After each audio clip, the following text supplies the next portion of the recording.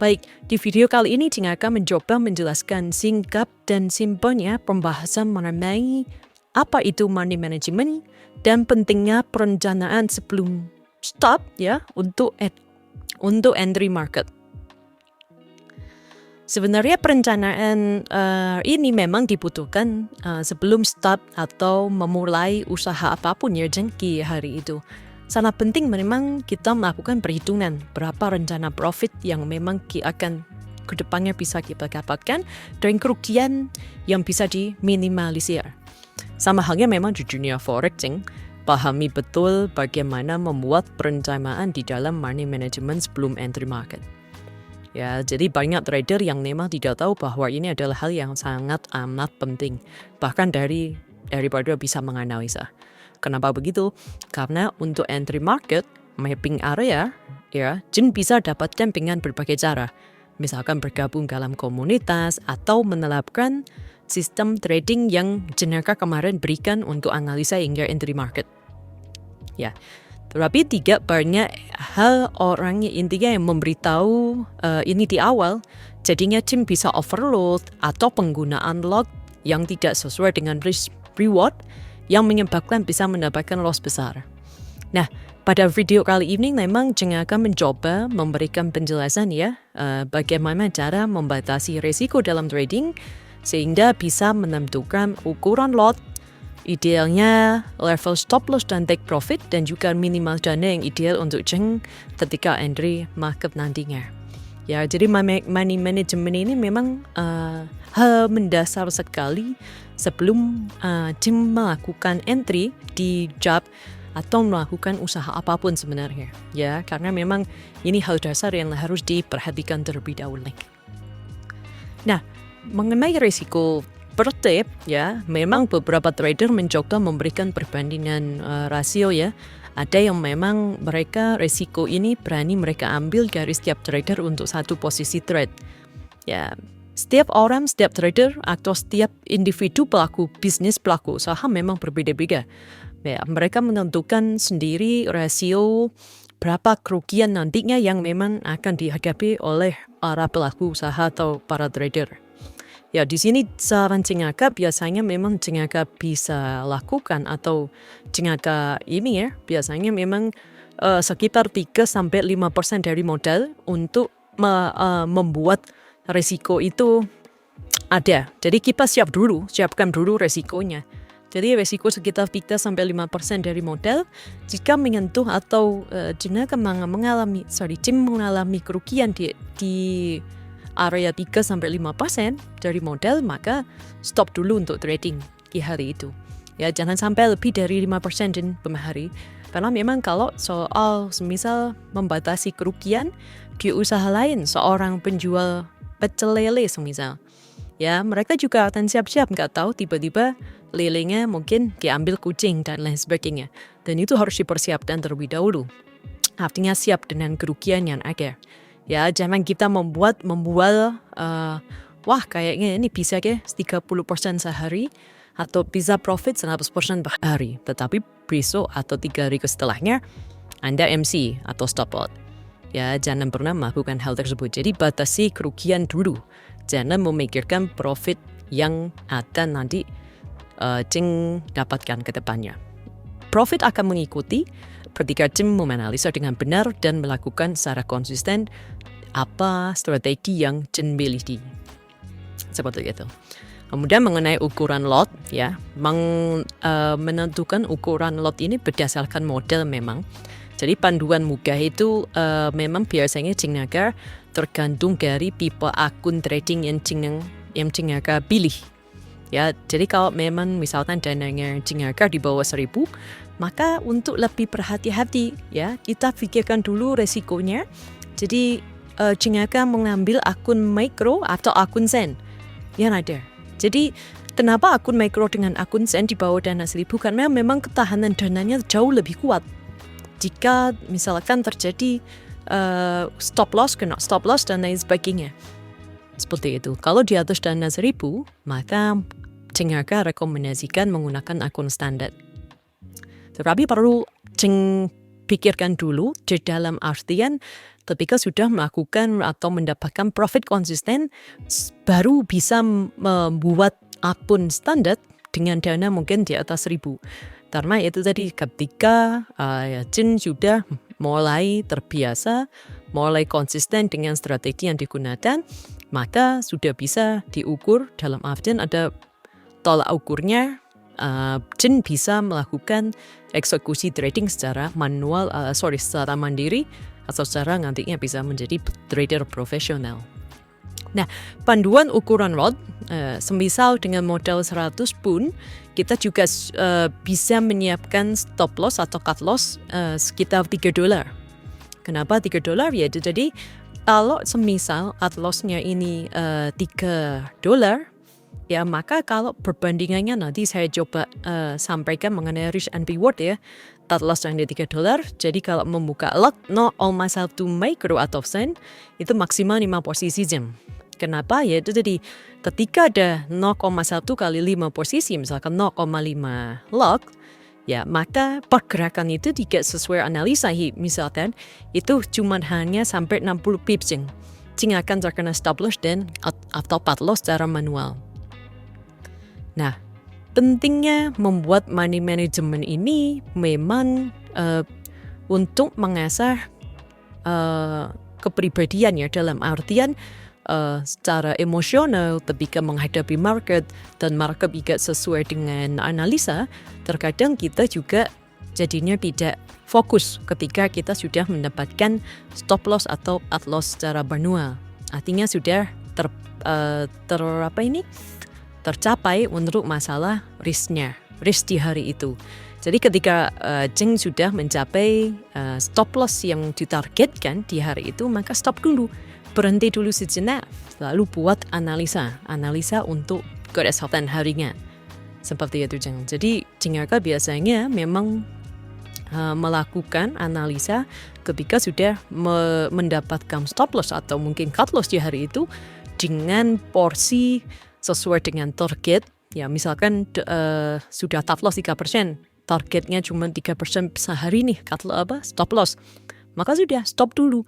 Maka kita bisa menganalisa market, atau kalau tangan ini gatal, untuk open posisi silakan membuka open demo. Ya, demo account nantinya silakan bisa menganalisa dan melakukan open posisi di sana. Tapi ingat jangan terlalu serakah. Artinya kalau misal kamu pengen ada momen nih di akun demo, lalu coba ke akun real. Ternyata setelah itu memang betul secara analisa, tetapi secara fundamental ketika ada news terbang dia. Tadi nggak jadi sell, otomatis posisi Anda jauh lebih stres. Karena apa? Anda juga kena stop loss ditambah dengan terkena floating minus yang masih berjalan. Seperti itu, Jan. Nah, mengenai yang ketiga, mengenai risk dan reward, ya perbandingan risk dan reward itu memang kebanyakan beberapa trader mencoba memberikan perbandingan rasio. Antara lain ada yang 1:2, ada yang 1:3, ada yang 1:1, dan lain sebagainya. Ya, jadi contoh kalau memang jika Jen menargetkan 100 pip nih untuk take profit, maka stop loss-nya bisa 50 pips, misalnya dengan risk dan reward 1:2. Namun tidak berhenti di sana, Jen, kalian juga masih boleh untuk menentukan risk dan reward-nya 1:1. Jadi take profit dan stop loss itu berjumlah sama. Ya, jadi contoh, kalau Jen menargetkan 50 pips untuk take profit, maka stop loss-nya juga 50 pips. Ya, jadi risk dan reward ini tergantung dari masing-masing individu trader. Ya, intinya ketika ada market yang sesuai dengan pergerakan, entah Jen melakukan trader swing atau intraday atau mungkin scalper, ya. Scalper perbandingannya 1:3 bukan berarti 10 pip dengan 30 pip, bukan. Mungkin bisa 1:3 pips, tapi itu sekali ya untuk masalah scalper. Ya, tergantung dari tipe trading masing-masing. Kalau Jengaka sarankan sih, mending menggunakan sistem swing atau mungkin intraday. Ya, jadi mungkin bisa mencapai 1:2 atau 1:2, 1:3. Jadi take profitnya bisa 20 sampai 30 pips, stop loss-nya bisa 10 pips. Nah, bagaimana cara meminimalisir kerugian? Ya itu tadi, jangan pernah memaksakan entry market ketika memang belum ada momen atau sesuai dengan strategi trading yang ada. Ya, perlu diketahui ketika Anda memaksakan masuk ke market dan market tidak ada momen untuk sesuai dengan strategi Anda, maka bisa-bisa posisi Anda juga keseret. Dan perhatikan juga mengenai jam di kalender ekonomi, mengenai news. Jadi kalau bisa, kalau memang jeng para trader technical, hindari juga jam berdekatan dengan jam news. Seperti itu. Oke, jeng. Jadi tips money management ya, ala jeng nyata, sejauh ini memang bentukan resiko per trade. Ya biasanya jeng dengarkan memang UKL-nya sekitar 3-5%. Itu per hari biasanya. Kalau memang sudah tercapai, maka stop dulu. Kita buat analisa. Seperti itu. Lalu pilih tipe akun sesuai model yang berani diresikokan. Ya, jadi kalau memang tipe akunnya yang tadi saya sampaikan, kalau di bawah $1,000, maka bisa untuk pertahanan kuat menggunakan akun micro atau sen. Tetapi kalau memang sudah yakin, artinya yakin dengan strateginya, dan sudah sering konsisten mendapatkan profit di sana, maka bisa membuka dengan dana yang lebih besar, mungkin di atas 1.000 dan di akun standar. Nah, tentukan pair juga yang cocok dengan model Anda, dengan melihat range harian pair tersebut. Ya, jangan pernah sekali-sekali mungkin dana $50, $100, lognya dibuka akun standar dan pairnya kuis. Wah, itu sangat ngeri juga ya. Jadi benar-benar perhatikan juga pair yang cocok dengan model Anda dengan range harian di pair tersebut. Kalau misal Euro USD range harian sekitar 80 sampai 150 pips misal, nah maka dengan dana 100 pun atau mungkin dana 500 atau 200 itu bisa bagus untuk membuat Anda melakukan stop trading.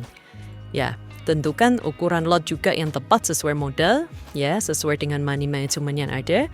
Risk rewardnya perhatikan, ya, jangan pernah mengejar saya pengen dapat target $3 sehari dengan modal misalkan $50. Ya, intinya apa?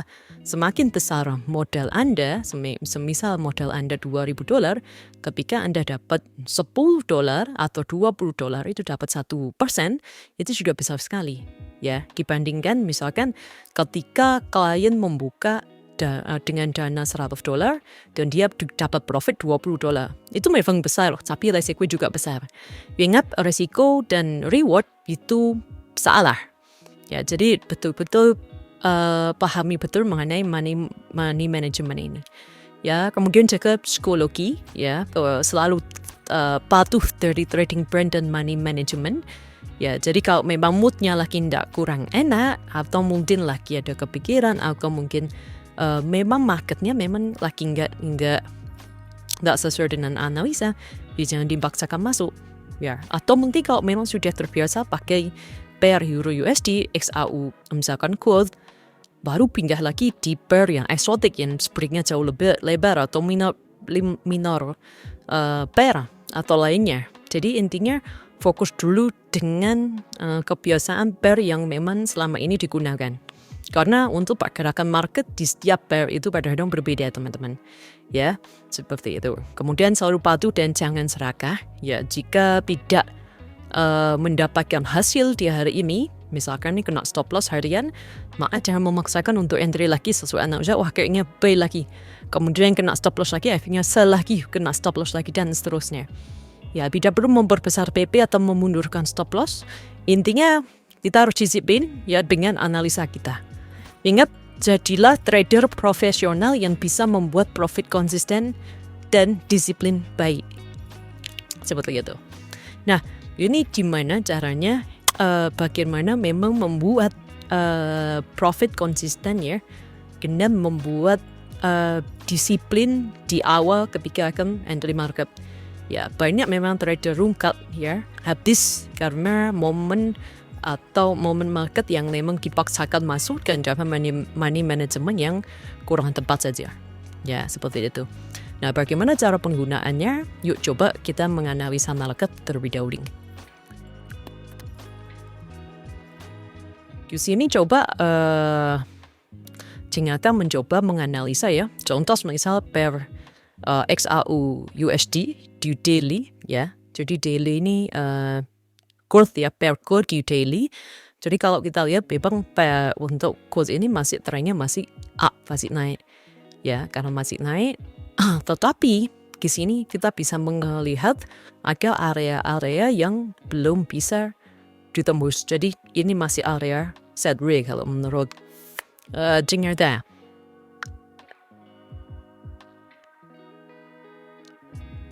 Oke, saya coba buat warna lain ya. Jadi kalau di sini ya, di sini belum ada area yang bisa menembus ke atas dan juga masih belum bisa untuk menembus area yang kemarin kita analisa bersama ya. Untuk belum menembus area support di bawah ini. Dan yang kemarin kita analisa bareng, areanya sudah kita take profit bersamanya di area support. Kemudian dia menaik lagi untuk melakukan retest. Dan saat ini juga melakukan retest. Trendline yang kemarin kita bentuk itu juga belum ditembus, artinya belum bisa breakout. Jadi sejauh ini untuk daily masih sideways. Ya, kita beralih ke time frame yang lebih kecil. Semisal H4. Nah, H4 ini juga areanya juga masih area naik. Ya, kita lihat dari low, high, ya kan, high ke low, high ke low, daily trendnya masih cukup naik. Ini high ke high, apakah dia mau turun atau naik ini di area ABS juga terbentuk. Kita coba cek dulu di H1.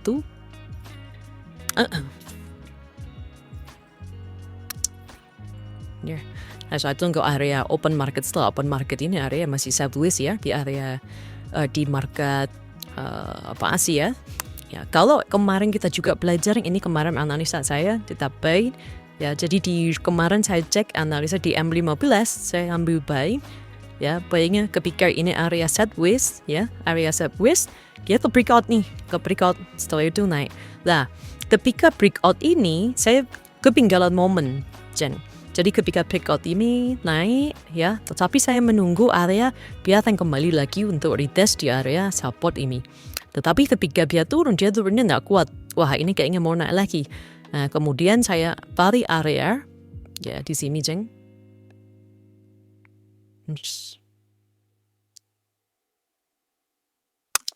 Nah, di sini areanya. Oke. Ya, saya buy di sini. Setelah dia breakout, saya buy di sini. Kita buy, ya, kemudian kita berakhirnya di sini ada bearish engulfing. Ya, bearish engulfing saya cut di sini untuk mendapatkan profit sementara. Karena trennya naik, saya jadi di H4 daily trend naik. Jadi saya arahkan untuk M15 juga naik. Ya, trend naik juga. Jadi saya buy di sini, kemudian saya cut karena memang di sini ada bearish engulfing. Kemudian market akan turun dan saya tunggu di sini juga untuk mendapatkan buy limit. Ya, buy limit di area support yang belum ke retest. Jadi setelah breakout dia belum retest.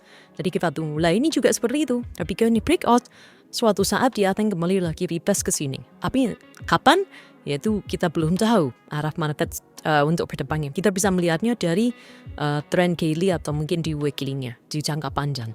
Tapi kalau jangka pendek, kita bisa melihat di sini ini ada retest karena ini belum pernah di retest ya. Setelah breakout kemarin yang kemarin kita pelajari, setelah breakout, ketika ketinggalan momen, jangan khawatir, ambil area buy limit ke area support terdekat. Dan ketika di sini ada news ya, kemarin semalam ada news, dia bergerak turun, setelah itu turun dia nggak bisa tembus area ini kan naik kembali seperti itu. Ya, dan di sini cut loss karena ada bearish engulfing. Nah, di sini saya mau tekankan untuk money management, ketika sudah mencapai atau melihat area ini apa namanya breakout ya. Ketika ada area support yang telah di breakout, maka nantinya Jen bisa melakukan open buy limit, ya, open buy limit di area support semisal seperti ini contohnya. Buy limit di area support, kemudian take profitnya itu bisa dibuat 1/3 atau mungkin 1/2, terserah dari digunakan. Artinya apa misalkan 1/2 stop lossnya mungkin areanya di sini ya. di sini di bawah ekor candle yang paling bawah sini itu ditambah beberapa pips. Kemudian, dari sini kan kita bisa lihat ada sekitar 163 pip. Seperti itu ya untuk gold. Nah, tapi kalau dikali 3, misalkan 1/3 berarti sekitar 500 pip. 500 pip. Nah, betul seperti ini yang kemarin saya ketika ini terjadi bearish engulfing saya cut. Jadi di sini ya, 1/3 betul. Seperti itu. Nah, intinya buatlah money management baik itu sesuai dengan analisa yang Anda gunakan. Di sini areanya masih sideways ya untuk M15. Karena memang setelah open market, tapi tidak menutup kemungkinan kalau area ini bisa di break, maka Anda bisa melakukan open buy atau open sell. Tetapi kalau untuk garis besarnya di trend daily, H4 itu semua masih naik. Jadi kemungkinan M15 juga akan mengikuti untuk naik. Seperti itu.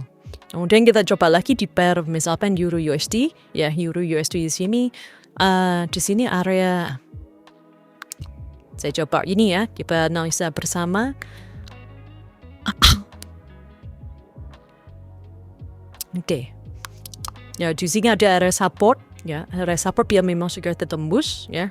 Artinya sudah mencoba retest dan dia mencoba naik. Nah, tetapi area naiknya ini itu masih terhambat area resisten terdekat.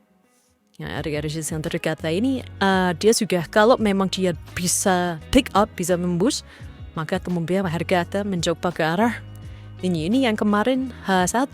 Ya, kita lihat ini ya. H1 itu untuk kita gambar ada area resisten di sana. Raja Prat lihat di H1. Nah, di sini yang kemarin.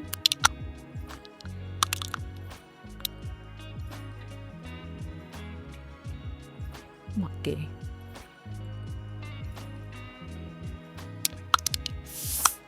Jadi ini area H1, ini retest pertama juga. Ya, jadi intinya untuk M15, H1, dari H4 juga akan masih mau naik. Sedangkan untuk area H1 ini sideways ya, kan naik, bawah, seperti itu. Jadi ini masih area sideways. Jadi kalau memang tergantung individu, kalau memang masih tidak sesuai untuk area, belum ada momen, jadi jangan paksakan untuk buy ataupun sell. Nah, seperti ini ada pola divergent ya, divergent. Ketika ini menaik, sedangkan ini turun, jika ada perbedaan, kemungkinan harga akan turun. Tetapi ingat, karena trendnya ini naik, jangan memaksakan untuk sell. Kalaupun mau sell silahkan, tapi yang semacam trader scalper, ambil sedikit-sedikit. Tapi tetap intinya trend ini mencoba naik, berarti harga akan naik kembali. Seperti itu. Oke, dan untuk perhitungan money management bisa set lagi di bawah area, misalkan buy di bawah area yang paling bawah itu ditambah beberapa pips. Ya, kemudian ambil dikali 2 atau kali 1 sama dengan stop loss atau mungkin kali 3. Ya, atau mungkin menggunakan take profit sesuai dengan area support atau resisten terdekat, atau mungkin ada area pembalikan, misal ada candlestick kalau memang mungkin para trader bisa paham mengenai olah candle dan lain sebagainya. Seperti itu. Oke. Berikut video dari Jakarta sekian ya. Jadi untuk next video kita akan coba lagi untuk pemahaman dan saling belajar bersama-sama. Seperti itu. Oke. Baik, terima kasih. Sampai jumpa di next video bersama Jakarta.